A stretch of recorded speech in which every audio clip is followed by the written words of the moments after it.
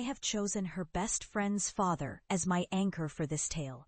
That night, just past midnight, I found his name lighting the screen and my heart forgot the clock.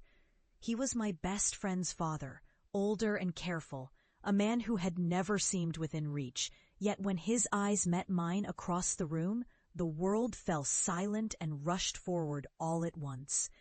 At 34, I believed I had built the stable life, a busy design studio, clients who trusted my eye, a small apartment painted in quiet neutrals, and a husband named Eli who loved me in a steady, practical way. Our marriage was not fiery, but it glowed with small rituals: coffee on Sunday, a tidy house, shared jokes with colleagues who knew our routines. My best friend Maya lived in the next town over, and her laughter was a kind of weather I could predict. She was the sister I had chosen, and her father, Henry, had always seemed like a tree, standing to one side of our family's clearing. Strong, quiet, gone in a flash when the wind came.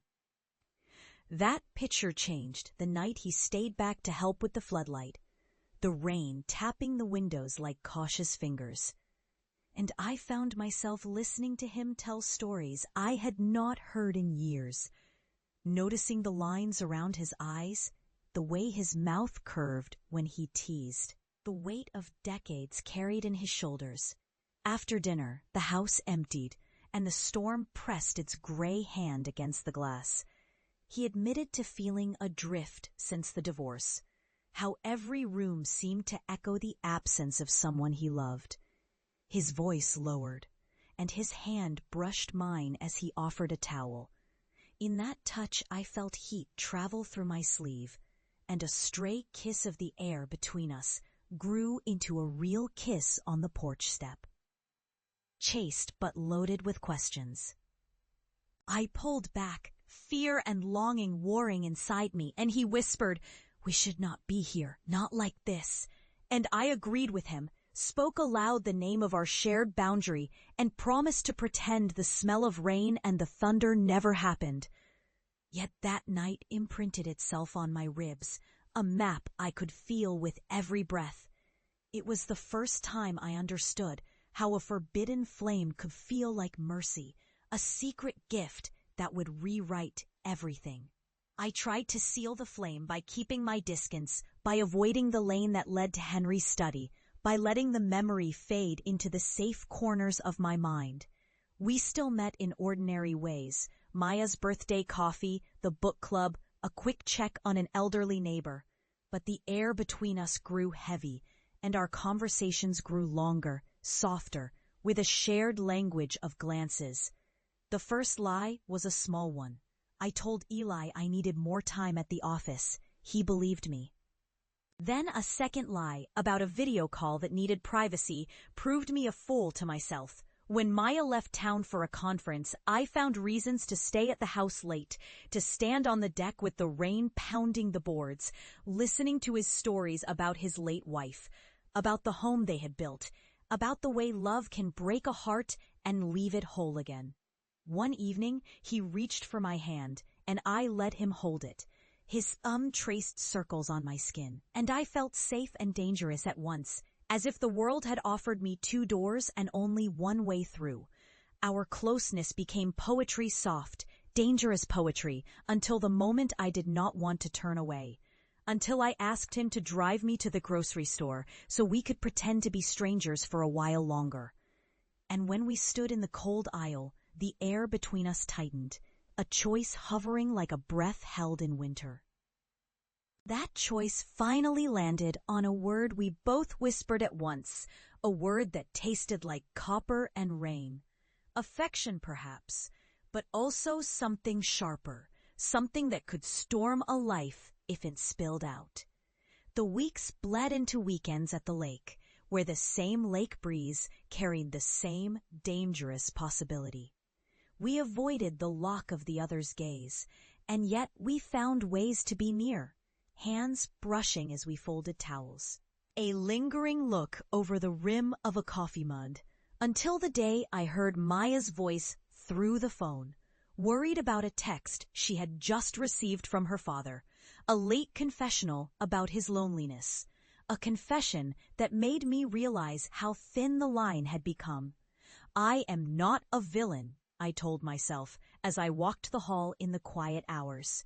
I am the person who deserved better, my own honest self included. But the heart does not submit easily to rules. It learned to improvise, to pretend that the air between two people was a kind of forgiveness in advance. That is when the storm reached its peak, and a text from Eli arrived. He wanted us to come home early, to talk, to close the door on the past. If this confession has you on the edge of your seat, hit like and share, because you will not believe what happens next. I told Henry I could not keep living inside a hidden, half-light version of our story. We walked to the window and counted the flashes of lightning. He nodded, and we agreed to break it off gently, to tell Maya, and to protect the life we had. He promised to step back, to accept distance, to repair the ties with his daughter, and with the town that expected him to be the father who never faltered. When Maya returned, I faced her with a cautious honesty I had not shown in years, admitting that fear had led me into a place where desire wore a mask of mercy. Eli listened, his jaw tight but his eyes searching mine for the truth I had kept under lock and key. We spoke of what had happened without shouting, without blaming, and we named the fear that had driven us all toward a precipice we did not want to fall from. The rain slowed, and so did the anxious tremor in my chest. I chose the road back to us, to the small rituals we had built over years of ordinary mornings and shared dinners, to the quiet honesty that had first won my heart and then nearly lost it. Henry stepped back with dignity, offering his own apologies to Maya and to the path of healing he would walk alone. In the weeks that followed, we rebuilt our house of love, not by erasing what had happened, but by letting its memory teach us how to listen again, how to speak the truth before a silence could swallow us.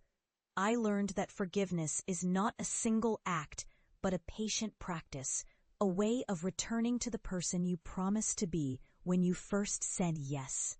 The second chance did not arrive wrapped in a spark. It came as a slow, careful, stubborn refusal to abandon the life I had chosen, to let fear redefine what mattered most. And as I stand now on the threshold of a future I cannot fully foresee, I feel the soft pull of possibility rather than the hard ache of loss. If you crave more raw, emotional confessions, please like, share, and subscribe. Your next chapter awaits. Emotional storytelling, forbidden love, second chances, mature romance, infidelity in marriage, love after loss, grief and healing, tenant love story, romantic narration, YouTube romance, healing through love, slow burn romance, older woman, younger man, heartfelt story, true feelings, the emotional connection, faceless love, Olivia and Marcus, narrative romance, love found me.